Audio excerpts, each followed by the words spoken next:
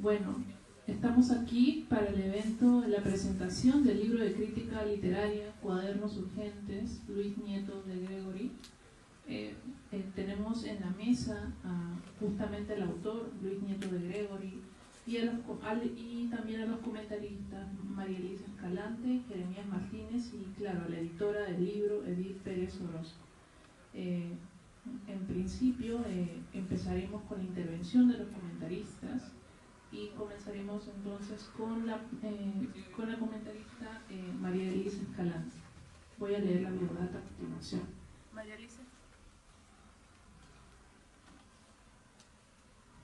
María Elisa Escalante.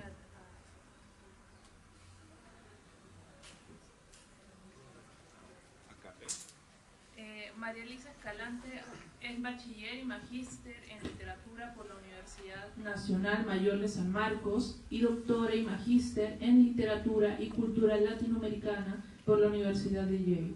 Fue profesora por 6 años en la Universidad de Pensilvania, donde enseñó en pregrado y posgrado. Ha publicado 3 libros sobre literatura latinoamericana, un estudio sobre la nominación en las crónicas de Garcilaso y Guamán Poma en el 2004, La raíz del mal, la extirpación de la idolatría en el Perú, 2016, y La naturaleza como artificio, representaciones de lo natural en el modernismo en el año 2016. Adelante, profesora.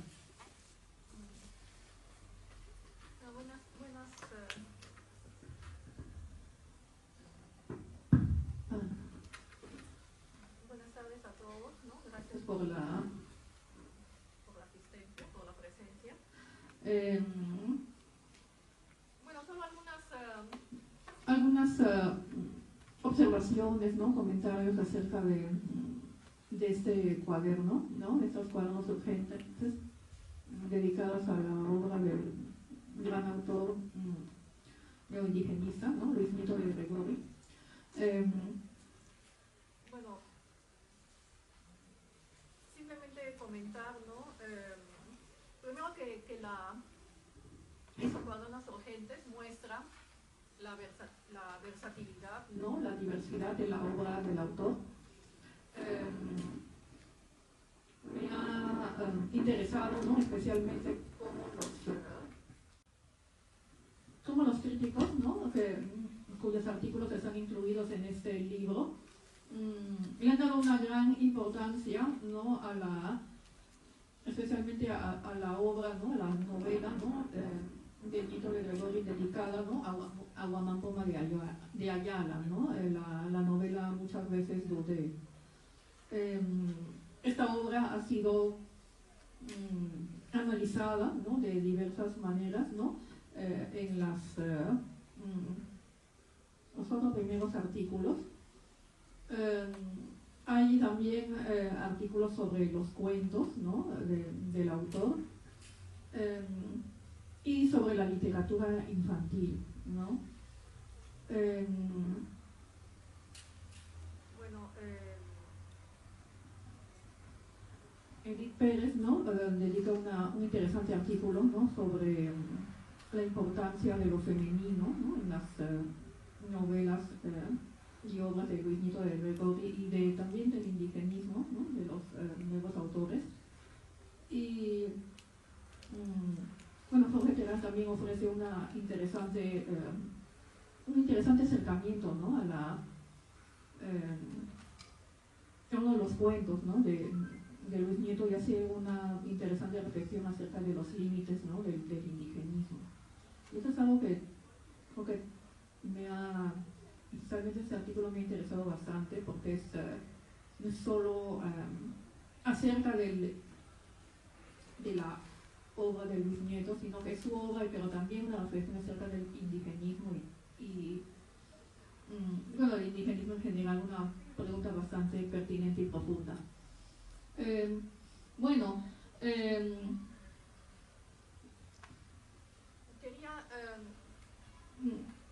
quería también, ¿no? agregar algunas cuestiones, ¿no? acerca del cuando estaba leyendo estos textos, ¿no? Y también pensando, ¿no? en la obra del autor, hasta qué punto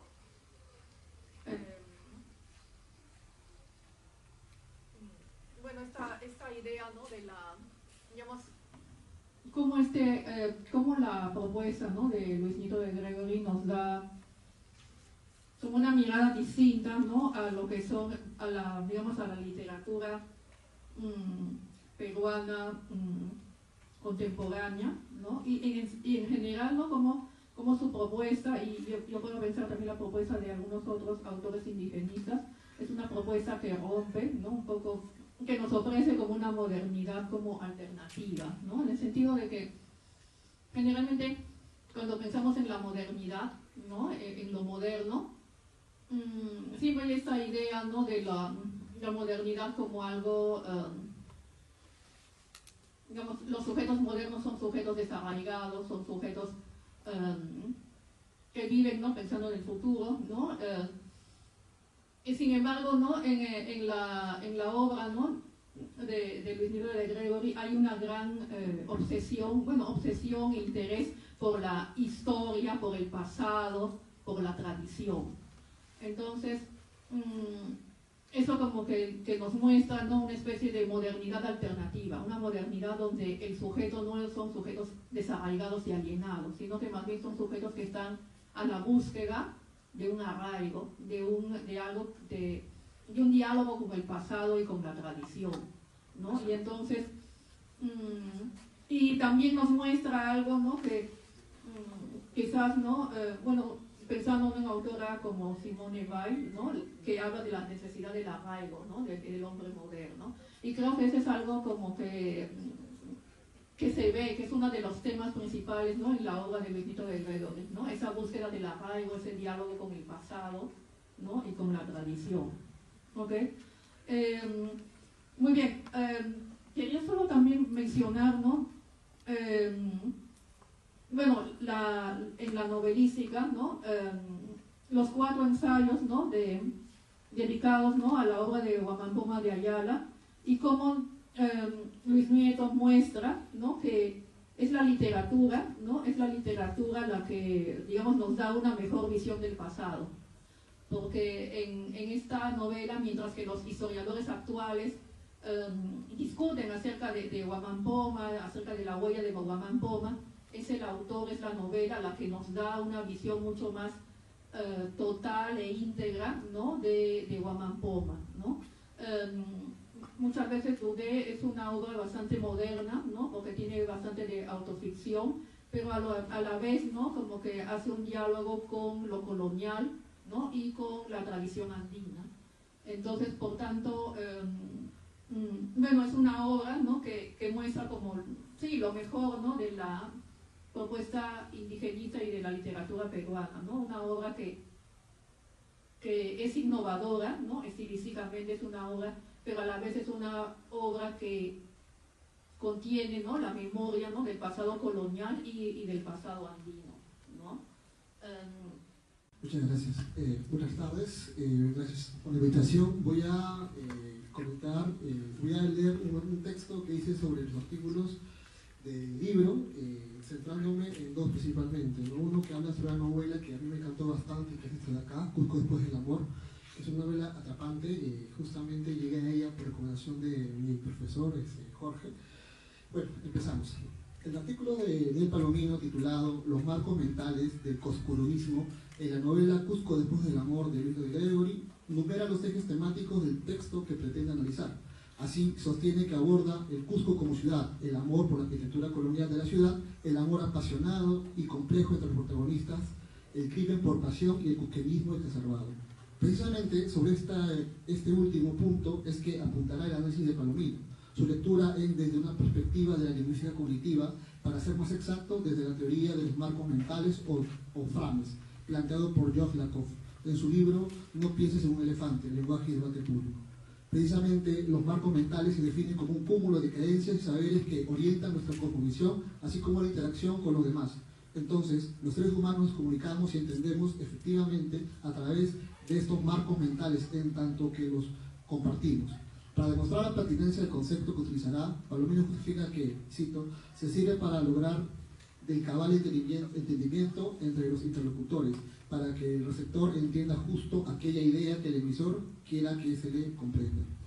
Además, agrega que Este entendimiento sucede solo cuando tanto emisor y receptor comparten el mismo frame, puesto que esto facilita la recepción satisfactoria del mensaje a enviar. Pero advierte, conocerlos también ayuda a no dejarse persuadir. Un concepto afín como contenido del mensaje a transmitir al que recurre Palomino es el de ideología, la cual, siguiendo a Van Dijk, se define como un marco compartido de creencias sociales que organizan y coordinan las interacciones y prácticas sociales de grupos y de sus miembros, y en particular el poder y otras relaciones entre grupos. Entonces explica que las frases se manifiestan como palabras claves enunciadas en el discurso, que precisamente activan la ideología subyacente que se activa para crear una vinculación entre emisor, receptor y mensaje. Es aquí donde Niel define la categoría de coscurunismo como, cito, exaltación de todo lo que tiene que ver con Cusco y su poblador nato, que tiene sus raíces en la civilización incaica, por lo tanto uno de sus rasgos es el pasadismo. Además nos dice que su ideólogo creador fue el poeta Ángel Avendaño, y se puede rastrear esta especie de nacionalismo regional en el Inca Garcilaso de la Vega.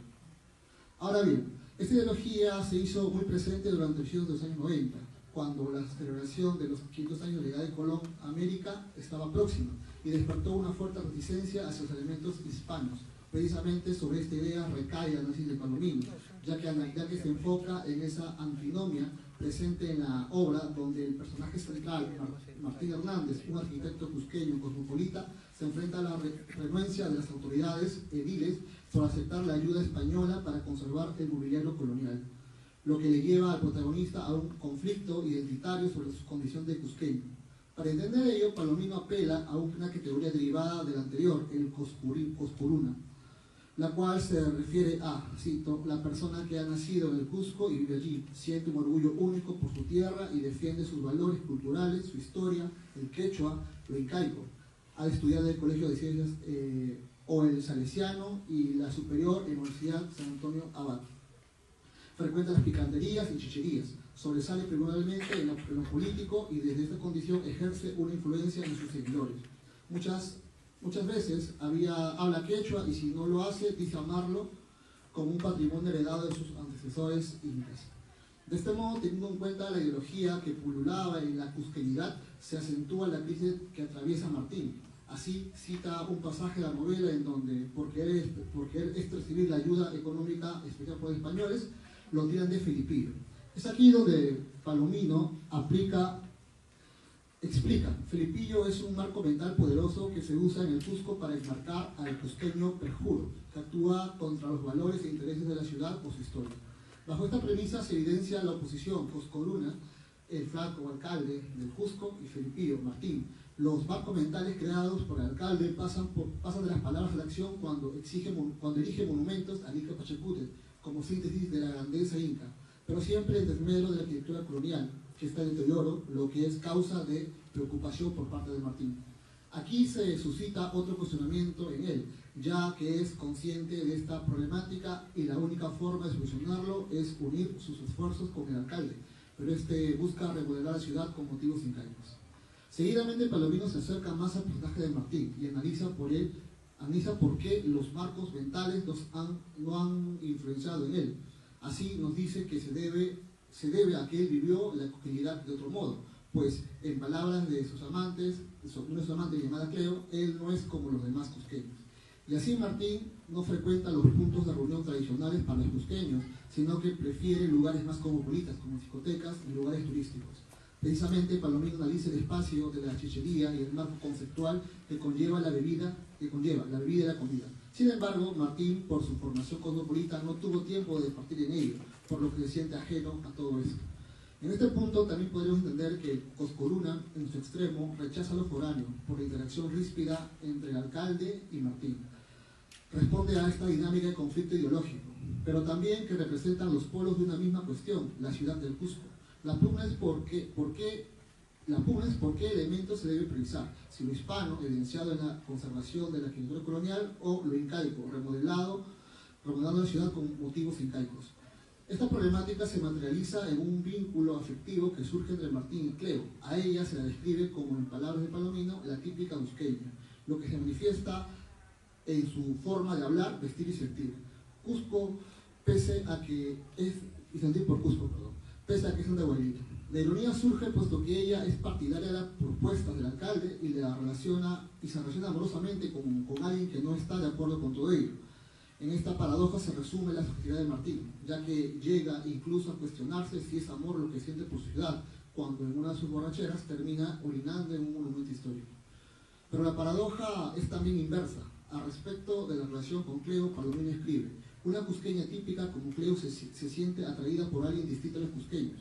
En efecto, Martín es un cusqueño moderno, o posmoderno diría yo, cuya identidad ha fluctuado de lo local a lo universal, y se percata de ello cuando asume que su predilección no es al modo de ser cusqueño, que plantea a rajatabla el coscurunismo, sino al paseo incaico, y lo asume cuando acepta que Cleo representa eso para él. Así, solo es algo que quiere admirar, no palpar de modo directo.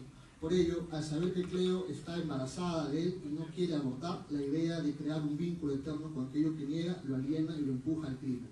Así, Cleo es una proyección del amor que siente Martín por el Cusco, ya que para él Cusco es Cleo. Palomino concluye su artículo afirmando que los marcos mentales del coscurunismo se manifiestan desde la propuesta del autor, como una crítica, como cuestionamiento y provocación, puesto que matar a Cleo es también acabar con este lado coscurunista que había en él. El siguiente artículo es un artículo de Jorge Terán, ¿no? Voy a resumir. El artículo de Jorge Terán analiza el cuento Mi sangre te dirá la nieve, de Luis Nieto de Grego, el cual se encuentra en el cuentario Señores de estos reinos, y explora las interconexiones entre el drama personal del protagonista y una crítica al indigenismo como proyecto nacional. El estudio se propone principalmente analizar el cuento relacionando la temática del padre ausente con los límites del indigenismo como proyecto de nación. Asimismo, rastrea a través del trauma personal del protagonista una corriente de pensamiento político, social y artístico relevante para el Cusco del principio del siglo XX y su impacto nacional, por lo que se vincula el tópico del padre con el indigenismo, siguiendo el motivo literario de la búsqueda del padre. Así, proporciona una lectura crítica del indigenismo y sus alcances, como proyecto de nación a partir de la dimensión social del relato. Con ello, busca restablecer la relación entre el campo de referencia interno del texto y el campo de referencia externo, de la figura histórica de Andrés Alensastre, Gilco Boraca, quien representa el indigenismo y sus contradicciones. Aunque no se enuncia explícitamente como una sola oración, la hipótesis central del estudio de Jorge Terán es que la búsqueda fallida del padre por parte del protagonista y su subsiguiente crisis identitaria, a la cual es exacerbada por un duelo resuelto, se metominiza con las contradicciones y los límites del indigenismo como proyecto de nación. Terán sugiere que los proyectos de nación, especialmente aquellos desde espacios periféricos como el Cusco, están destinados a fracasar si es que no se abordan las relaciones verticales y violentas de la sociedad en la que se gestan. Así, la experiencia del protagonista que busca en la cultura andina quechua un gran otro y una identidad, revelaría la insuficiencia de un indigenismo que, aunque bien intencionado, es una propuesta cultural, no logra superar la lógica de dominio y apropiación sobre el sujeto indígena. El estudio se apoya en diversas categorías teóricas y conceptuales para desarrollar su análisis. Por ejemplo, se utiliza la terminología de Genet para describir la estructura del cuento, la división en secuencias y apartados, y los tipos de narradores autodigético y homodigético.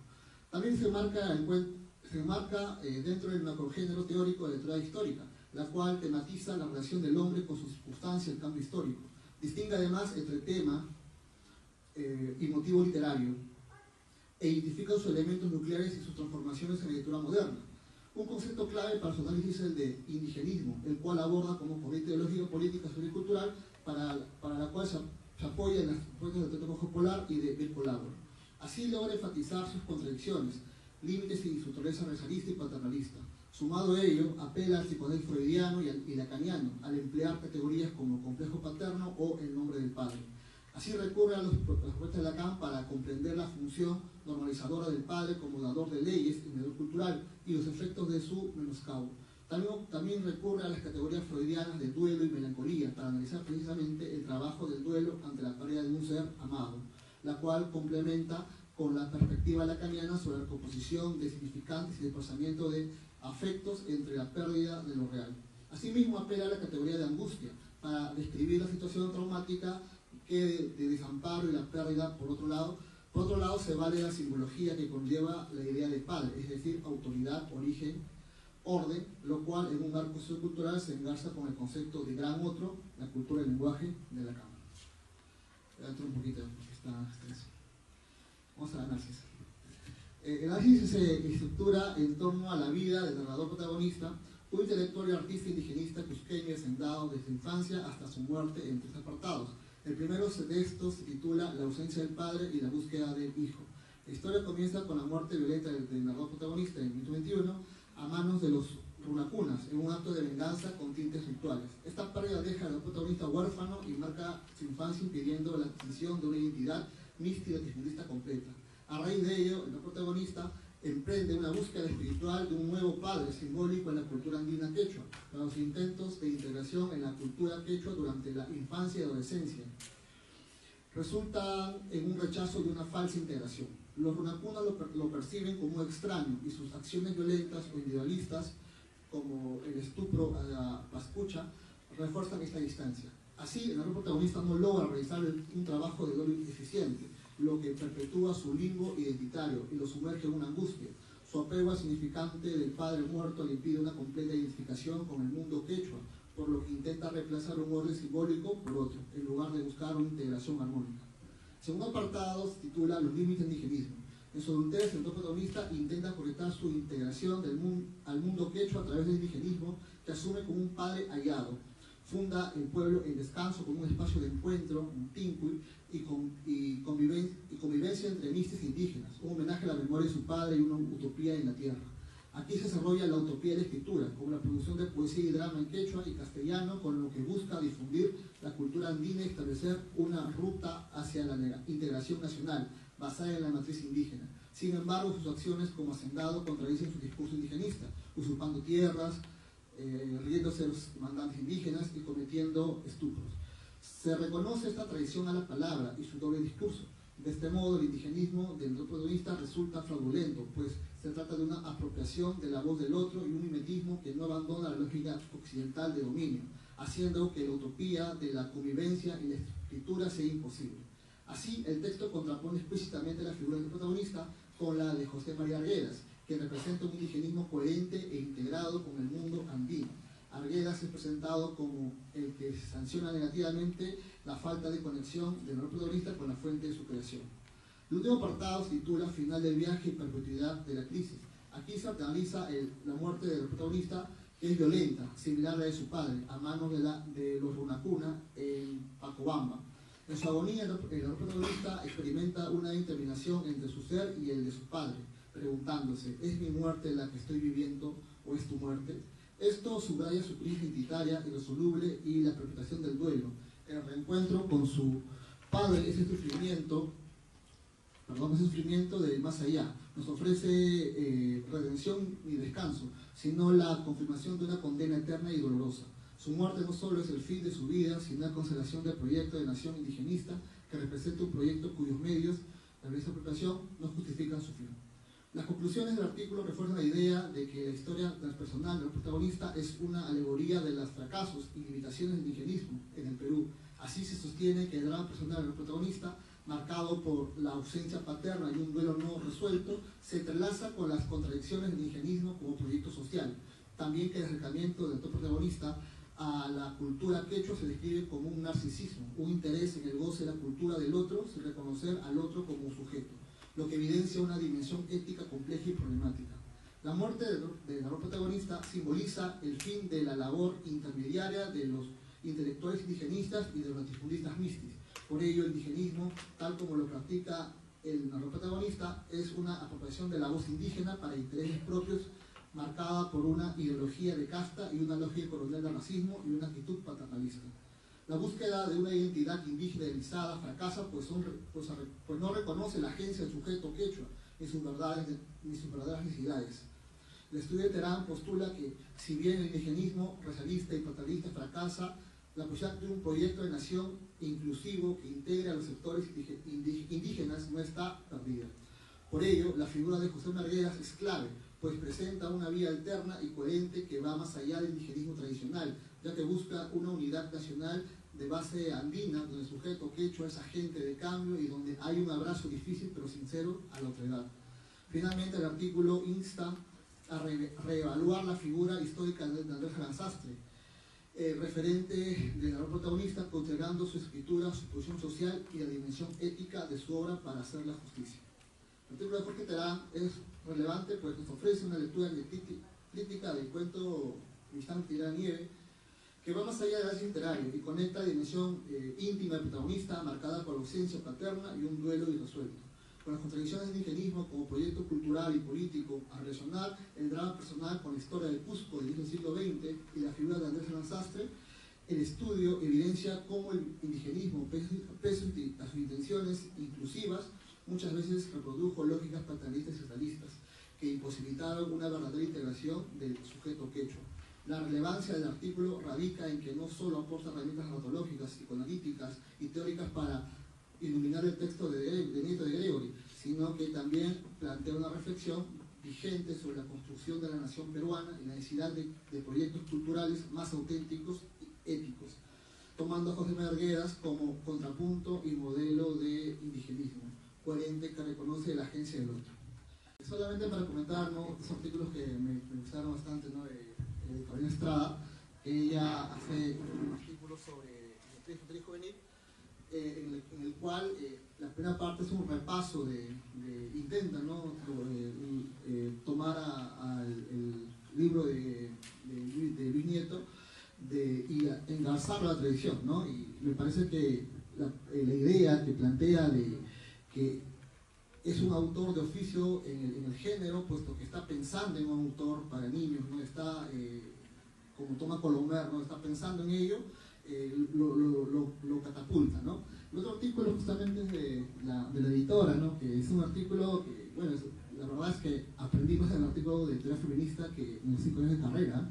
Es un artículo que maneja muchas fuentes, ¿no?, y justamente habla sobre la interpretación de la mujer, ¿no? Y en la obra, bueno, el libro que pude leer del maestro es la mujer está muy presente, ¿no?, y tiene agencia, ¿no?, tiene agencia.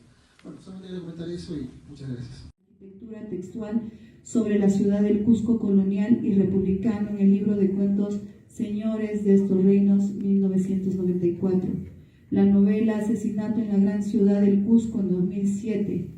Así se observa que la ciudad del Cusco, la historia de la región, otrora capital del Tahuantinsuyo, es protagonista y constructora de la memoria mítica, patrimonial, memoria histórica, identitaria, tal como se observa también en Cusco después del amor en el 2003, novela que se erige sobre la base de la respuesta del tópico de la posmodernidad andina, en la que se representan las complejidades y contradicciones de las nuevas identidades.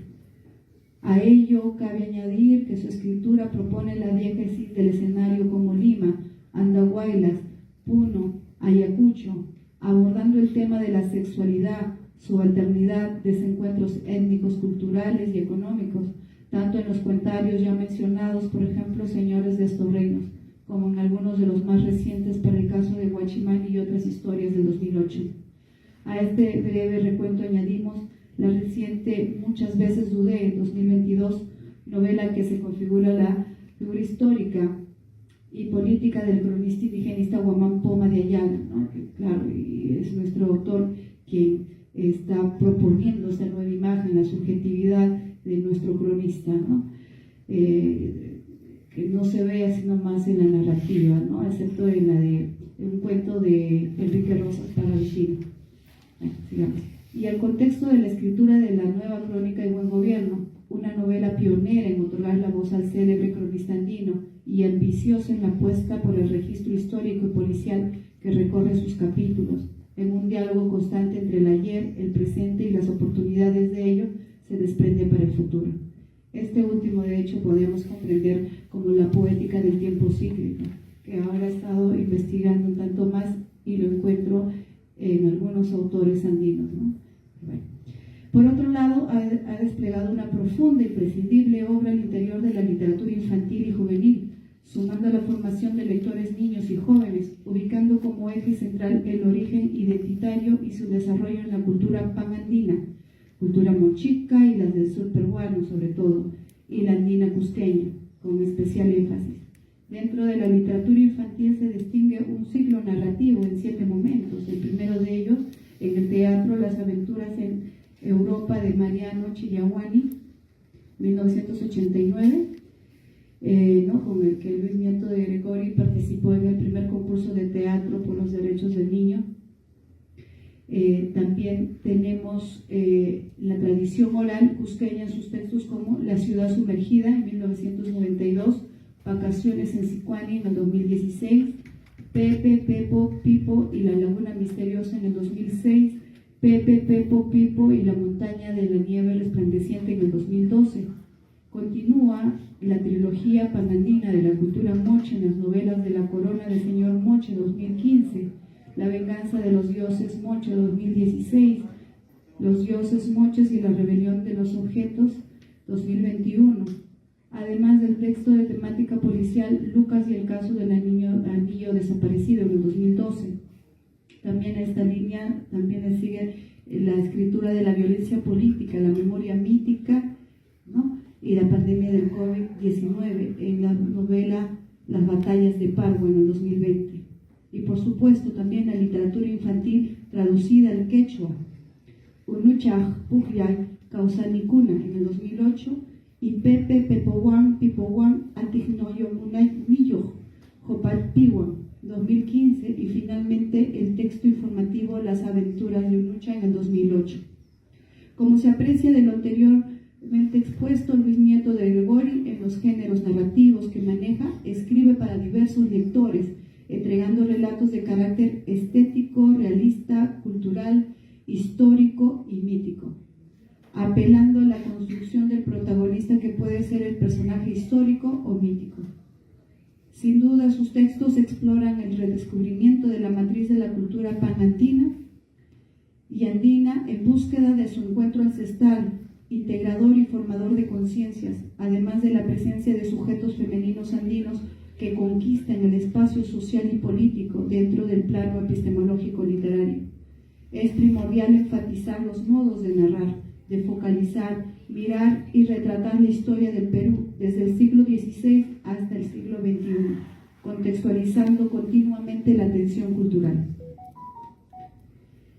Este breve recuento de la labor del maestro Luis Nieto de Gregori estaría incompleto sin remitir a su vez a su constante y aguda escritura ensayística, alrededor sobre todo de su quehacer como investigador del Centro Huamán Poma de Ayala, donde ha pensado no solo en los caminos de su querido Cusco, sino de la sociedad peruana en general.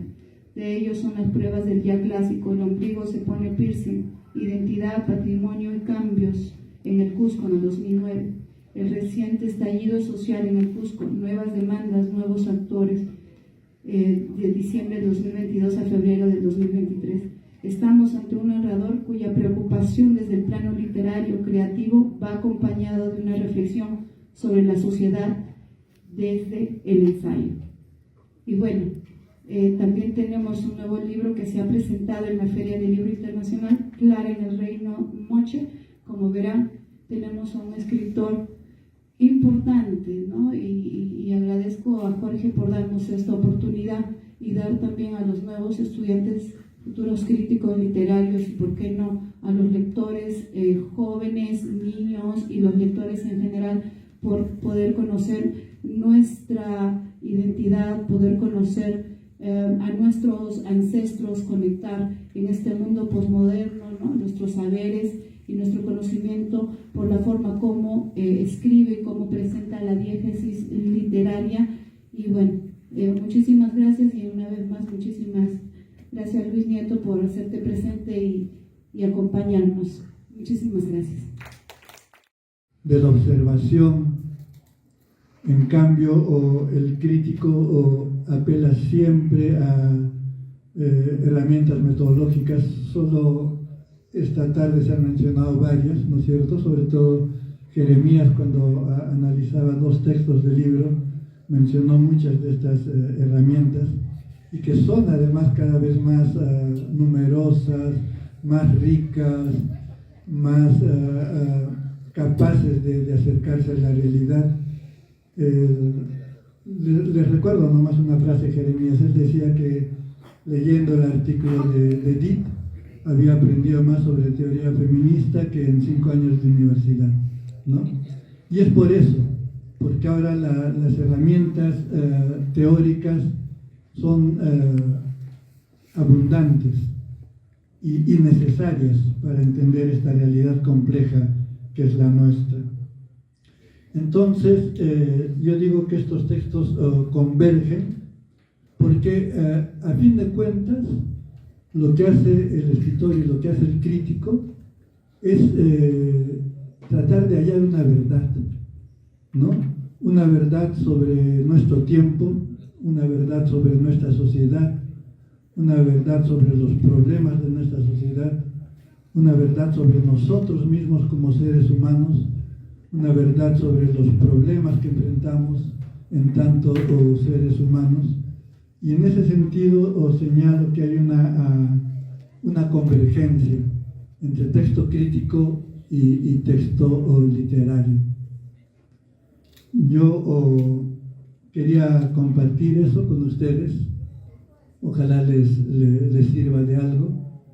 Para mí, lo quiero decir, la aparición de este libro, junto con otros sucesos de este año he cumplido 90 años, perdón, no pienso vivir tanto, he cumplido 70 años, ¿no? Apareció este libro, apareció esta novela, el país está viviendo un momento muy difícil. Entonces, para mí es un momento de cierre de toda una etapa de mi vida, ¿no? Va a terminar de cerrarse esta etapa cuando publique en los meses siguientes, ojalá, un conjunto de ensayos sobre sexualidad que estuve trabajando durante toda la pandemia y que es una mirada a la sexualidad de los peruanos desde tiempos prehispánicos hasta el día de hoy y con un componente muy importante de perspectiva de género, ¿no? Entonces, ahí habrá cerrado una etapa de mi vida.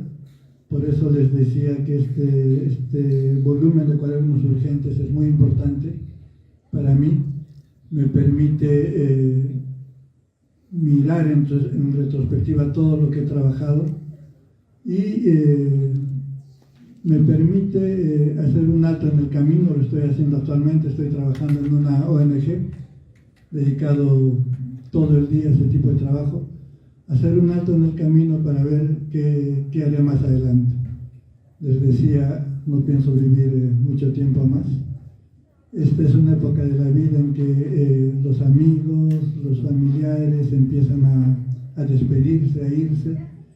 Y creo que es un momento en que también es importante empezar a aprender a mirar a la muerte a los ojos, ¿no? Es un momento muy emocionante, muy interesante. Yo entiendo que ser joven es 1000 veces más interesante y emocionante.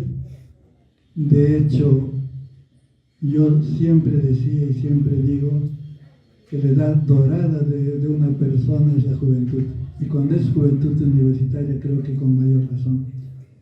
Esa gloria, ese placer inmenso de compartir con las amigas, con los amigos, los intereses, las alegrías, la jarana, la bohemia, creo que no tienen parangón en ninguna otra etapa de la vida.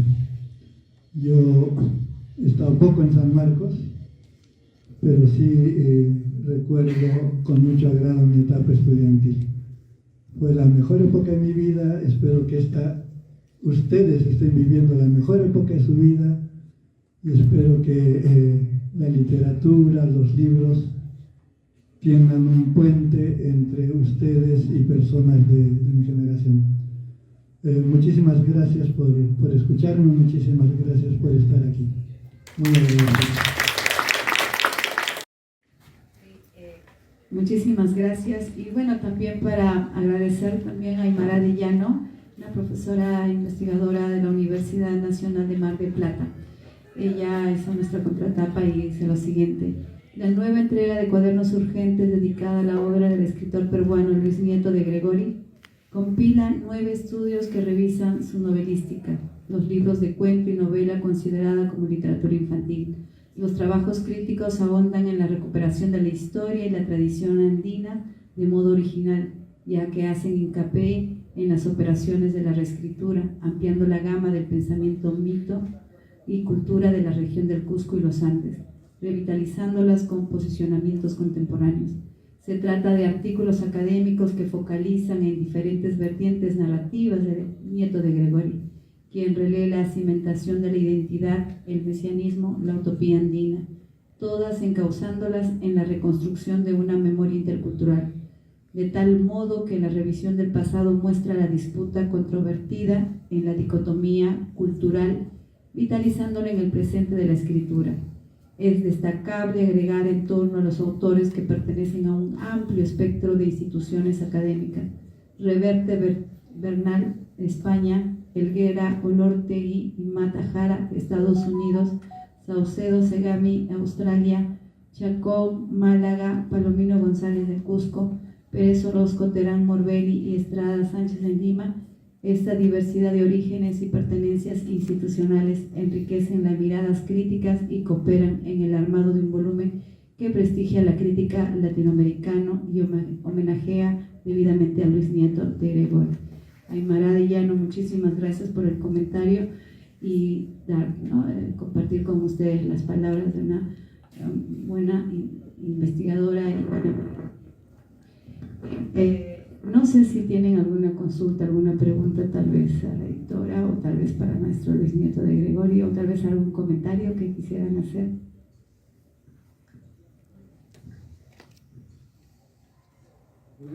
Sí, muchas gracias.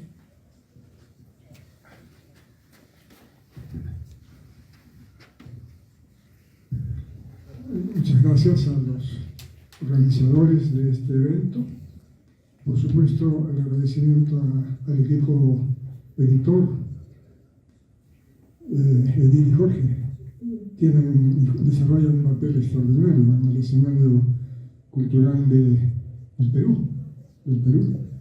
Hacer 9 títulos, editar 9 libros, juntar a esta cantidad de críticos, es una tarea en verdad titánica, que solo se comprende si se está metido en este espacio tan apasionante que es el espacio de la literatura y la edición. Por eso creo que en principio una felicitación especial a los editores. Esperar pues que las 9 o 10 ediciones se transformen en muchas más. Eso en primer lugar, ¿no? En segundo lugar, discrepar con Lucho Nieto por señalar que la mejor época de la vida es la época de la juventud. Creo que es una elección que uno hace en general, creo, para señalar cuál es la mejor. Somos muy contemporáneos con Lucho y pues la verdad que yo siento estar viviendo una de las mejores épocas de mi vida. Y esto porque uno tiene la posibilidad de desoír el mandato de las opiniones y críticas ajenas, ¿no? Y se empieza a vivir de un modo mucho más fondo las convicciones que se tuvieron desde la juventud inclusive. Hay mucha más libertad para pensar, para desarrollarse y no hacer caso a la gente. Creo que eso ejemplifica bien el criterio de sentir que esta época es estupenda. Esa dimensión se acreciente con él todavía acompañándonos. Finalmente, agradecer a Edith la invitación que tuvo en un momento de convocarme para este esfuerzo editorial, que me costó mucho esfuerzo, que no soy crítico, ubicarme en el terreno en el que podía yo desarrollar algunas ideas no académicas, no versadas, no universitarias precisamente, ¿no? Y pues ubiqué un tema que me parece el que muchos destacan como una de las características más importantes en la literatura y en la creación de Lucho, es el personaje femenino, ¿no? La lectura del texto de crítica que nos ha entregado este esfuerzo de Edith y Jorge me abrió la perspectiva más clara del significado de esa relación de Lucho con el género femenino. Mi texto se centra en eso, pero reconocer esta opinión, muchas opiniones en el texto que estamos ahora celebrando, me reafirma esta idea. Y creo que Lucho es, para mí, en mi modesta opinión, el autor que más conoce el alma femenina y que mejor trata el alma femenina en la literatura nacional. Largamente. Esta vinculación al texto y otros detalles más que han ido al mismo tiempo en la cronología de los desarrollos de estos acontecimientos me han permitido conocer a Lucho de un modo más cercano en los últimos meses. Lo conocía en el Cusco, porque soy cusqueño también. Lo veía y de repente desapareció, se fue. Nunca más lo vi. Bueno, yo, gracias Hugo por las palabras. Yo no soy de hablar mucho, con la edad hablo cada vez menos. Yo solo quiero reiterarles el agradecimiento por estar aquí esta tarde. Y vuelvo a discrepar con Hugo. No sé de dónde saca que esta edad es muy buena, la verdad. Gracias chicas, gracias chicos por estar aquí. Muchas gracias con todo.